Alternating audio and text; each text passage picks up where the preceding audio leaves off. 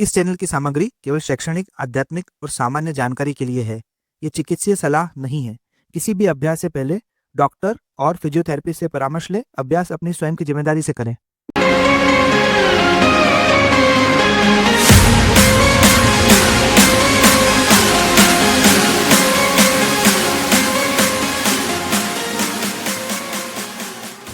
Short breathing, asthma, uneven body posture और diabetics, ये सुनकर ऐसा लगता है ना कि ये कितनी खतरनाक बीमारियां हैं और इनसे छुटकारा कैसे पाया जा सकता है। तो चिंता मत करिए, हम आपके लिए आज एक ऐसा आसन लेके आए हैं जो इनको प्रॉपरली दूर करने में मदद भी करेगा और आपका साथ साथ में आपका बॉडी पोस्चर भी करेक्ट करेगा।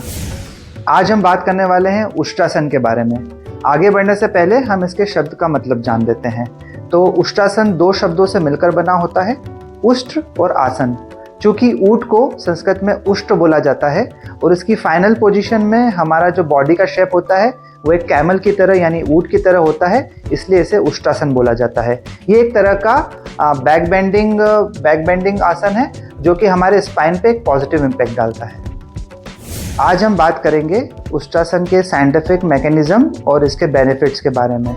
सबसे पहले हम बात करते हैं साइंटिफिक मैकेनिज्म के बारे में कि जब हम उष्ट्रासन को परफॉर्म करते हैं तो हमारे बॉडी में कहाँ कहाँ पॉजिटिव इम्पैक्ट आता है। तो जब हम इसकी फाइनल पोजीशन में जाते हैं तो हमारा चेस्ट एक्सपांड होता है। हमारा चेस्ट जब एक्सपांड होता है तो हमारा O2 और CO2 का जो एक्सचेंज है वो बहुत बेटर होता है।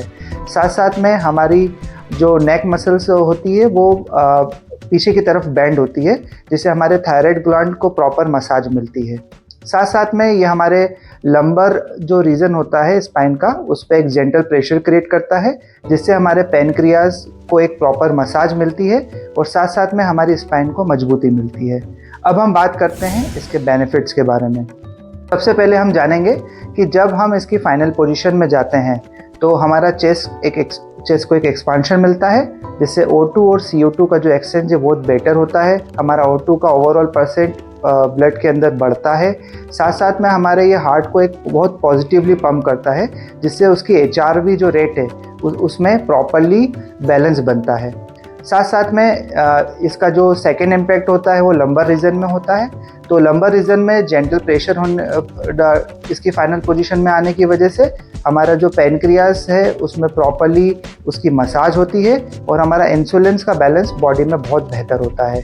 साथ साथ में हमारे ये थायराइड ग्लैंड पे एक पॉजिटिव इम्पैक्ट डालता है। जो T3, T4, TSH जो हार्मोन्स है उनका प्रॉपर स्टिमुलेशन ब्लड में होता है।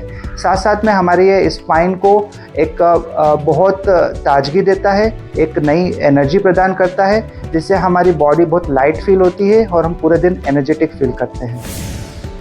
अब हम समझेंगे कि उष्ट्रासन करते वक्त हमें क्या क्या प्रिकॉशन रखना चाहिए। तो जैसा कि हम आपको हर आसन के बारे में बताते हैं और हर आसन का प्रिकॉशन समझाते हैं, वैसा इसमें भी किसी भी तरह की अगर आपको बॉडी में सर्जरी हुई हो, स्पेशल नेक की सर्जरी हुई हो, चेस्ट से रिलेटेड कोई सर्जरी हुई हो, हार्ट सर्जरी हुई हो, एब्डोमिनल से रिलेटेड कोई सर्जरी हुई है, तब आपको इसको परफॉर्म नहीं करना चाहिए।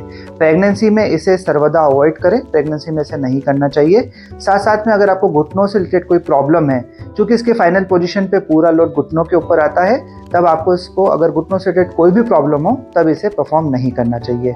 साथ साथ में जब आप उष्ट्रासन को परफॉर्म करते हैं तो आप अपनी ब्रीदिंग पे बहुत ज़्यादा ध्यान दें। ब्रीदिंग अनइवन नहीं होना चाहिए, सहजता से अपनी सांस को धीरे धीरे लेते रहें।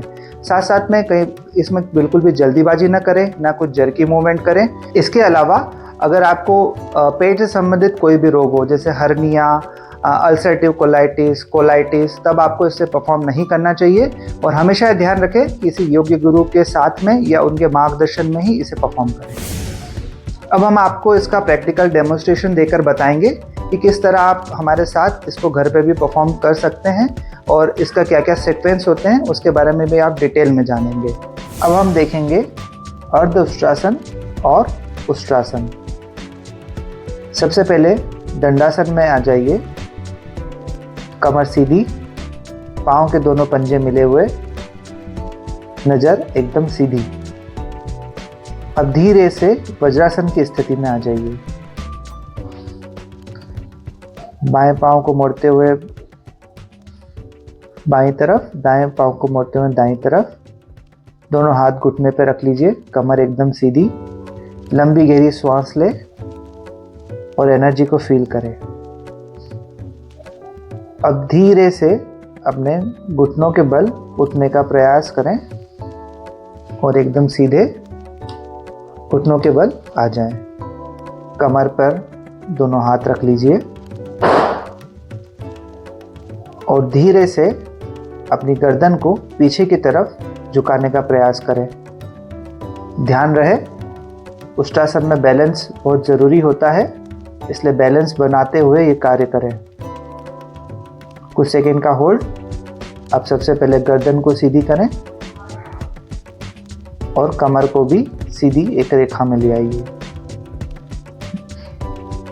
लंबी गहरी सांस लें और वापस से वज्रासन की स्थिति में आ जाइए। दोनों हाथ को खोलकर घुटनों पर लंबी गहरी सांस लेते हुए एनर्जी को फील करें। दंडासन की स्थिति में आ जाइए।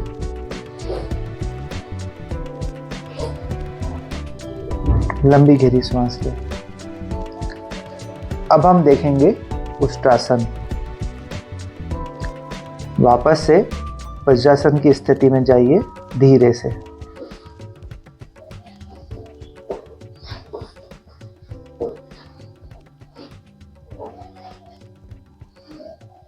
गर्दन एकदम सीधी। लंबी गहरी सांस लेते हुए दोनों घुटनों पर आ जाइए।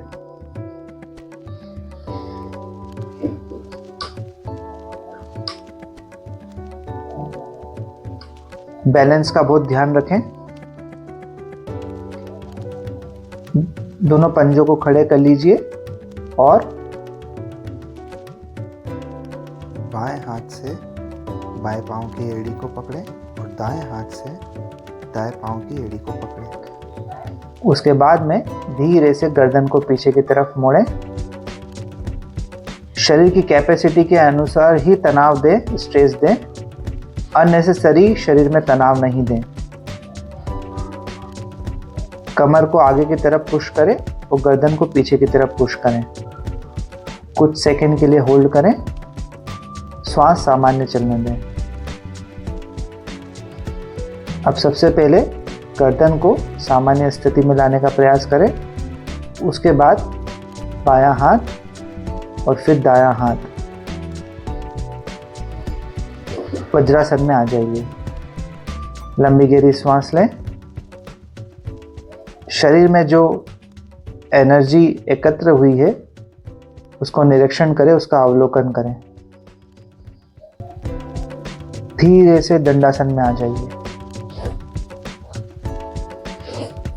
तो ये हमने देखा अर्ध उष्ट्रासन और उष्ट्रासन।